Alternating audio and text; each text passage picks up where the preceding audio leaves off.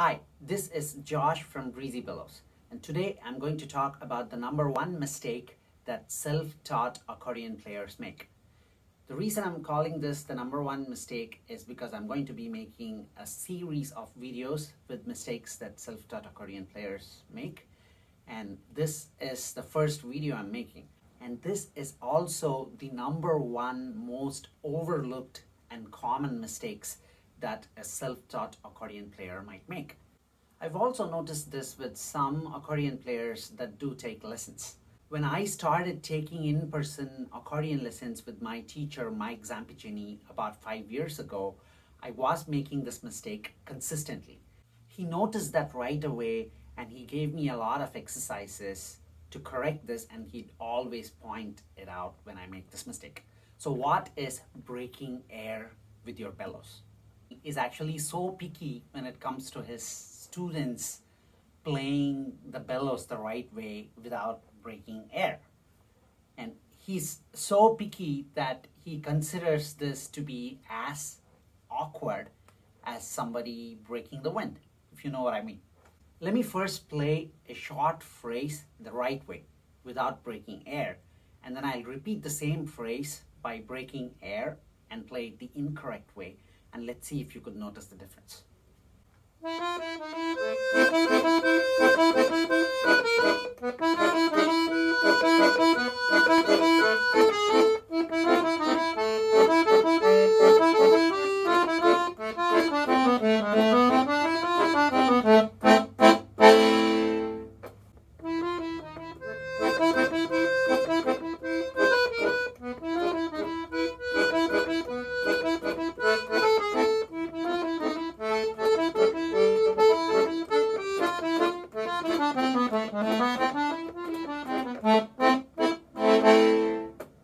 So I kind of overdid it the second time to emphasize the mistake so that it's easier to catch.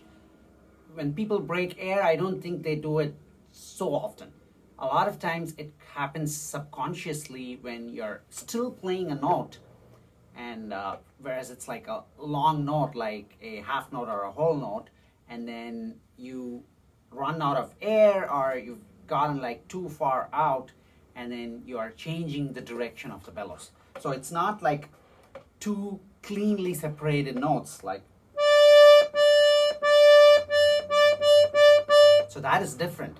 But if I'm holding down the note and I'm still playing it, but I'm changing the direction of the bellows without letting go of the notes, it sounds like a hiccup.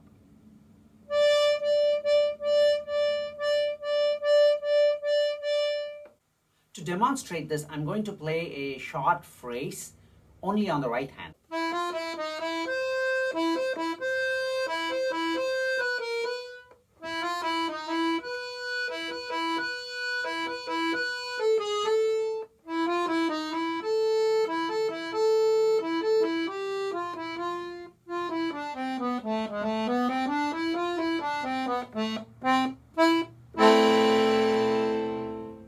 Now I'm going to play this the incorrect way by breaking air with the bellows.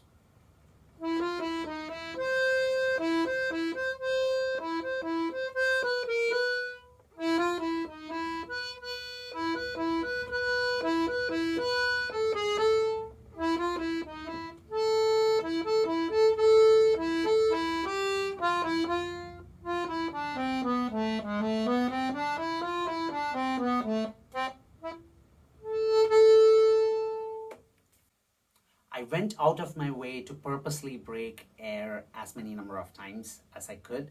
If you hear somebody playing, they're not going to be doing it. You'll be noticing it like every once in a while, but it's so distinct that you can always tell that even without looking at the player, you know that they are changing their bellows. It sounds very much like a hiccup, and we don't want that. You could compare this with like the bow of a violin player. So you don't want to like change the bow direction when you are playing like one long note. And when you're singing, I don't think you'll want to like take a break to breathe in when you're holding a sustained note.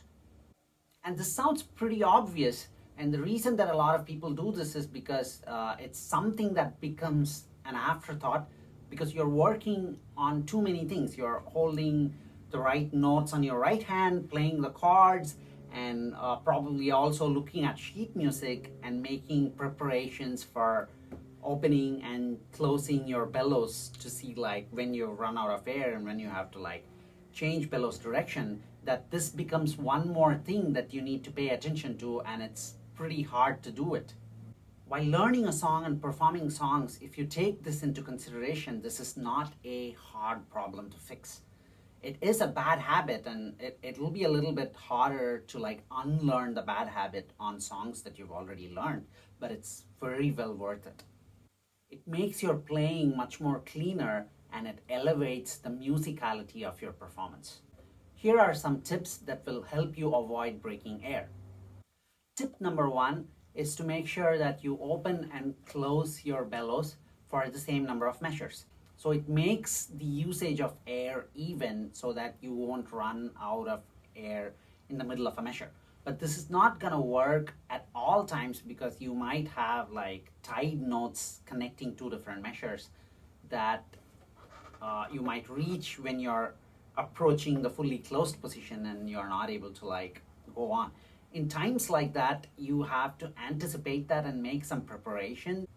If you do the right preparation and execute it perfectly, this is gonna work out well at all times. But when you're performing, sometimes you might have forgotten a particular move with the bellows, and now you're positioned in a way that you have to play a long note and you're approaching the end of the bellows direction. So if that happens when you're opening the bellows, you can always get away with it by opening a little bit extra.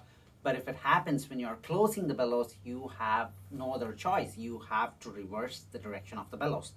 When you do that, we have to try and see how we can salvage the situation. So let's say I have to play like this note for 6 beats. 1, 2, 3, 4. And I've run out of air after the 4th beat. So what I would do is to actually lift my fingers and break that note and play that as 2 distinct notes instead of reversing the bellows without letting go of the note and sound like a clear hiccup. So I'm gonna show you how these two sound like. So the first one is when I break the note and make it into 2 separate notes.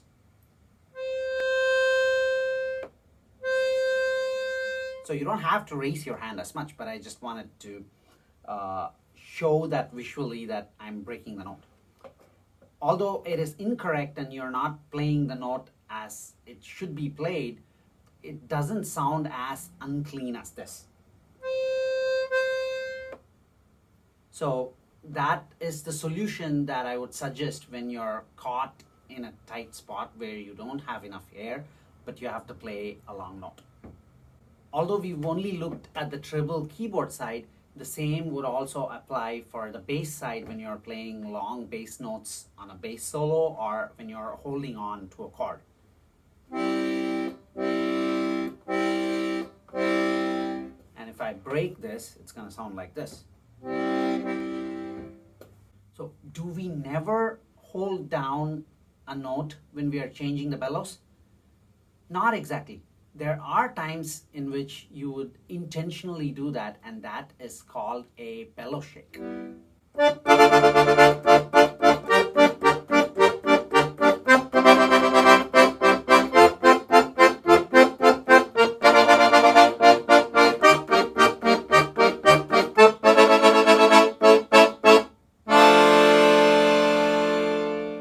The bellow shake is a more advanced technique that you wouldn't encounter in a lot of beginner level songs, and it needs to be learned as a separate technique. And I myself am not an expert at playing the bellow shake, but there are a lot more accomplished players that could pull off like longer bellow shakes and play that with proper technique and sound like very, very clean. Unless you're playing a bellow shake that is written in the music, you never hold down and continue to play a note when you are switching your bellows direction. Hope you found this video useful, and I'll continue to make more videos about topics that might help self-taught accordion players. Before I end this video, I actually wanted to communicate something about the intent behind this video. It's definitely not to discourage or put down somebody that is self-taught versus somebody that is taking lessons from a qualified teacher. I strongly recommend taking lessons from an experienced teacher. The teacher will be able to guide you through the techniques that are used to play the accordion to make your learning process both faster and also reduce the frustration in trying to figure things out all by yourself. But getting an accordion teacher is not always easy. A lot of times you won't even have a good teacher within driving distance so that you could go and get an in-person lesson. And the only other option you have is to basically take lessons remotely via a video call. And the video call is not the most optimal way to take lessons because the teacher will not be able to look at everything that you do with like how you position your instrument and like all the smaller aspects of your technique. That is definitely something that will be challenging to do using a camera or the internet. Whereas if you take a lesson in person, the teacher will be able to observe you with much more detail. So that being said, taking an accordion lesson is not an option for everybody because of the lack of options and also sometimes because lessons are expensive. So a lot of accordion enthusiasts rely on material that's available on the internet where we have like free tutorials. We should be thankful for all of the accordion players that have put out beginners tutorials. And in some cases, some of those tutorials do teach the bad techniques so that you pick it up from the lesson. I'm pretty sure that that is not the intention behind the people that put out the lessons, but unfortunately, we do have all of these problems that pop up. And I have been fortunate to have access to more than one great teacher, and I've learned a lot of things from them. And every time that they've pointed out a problem in my technique, and I still have a lot of problems with my technique, and but every time I put in the effort to like correct those techniques, it has made me a better musician, and I've always been satisfied with the results.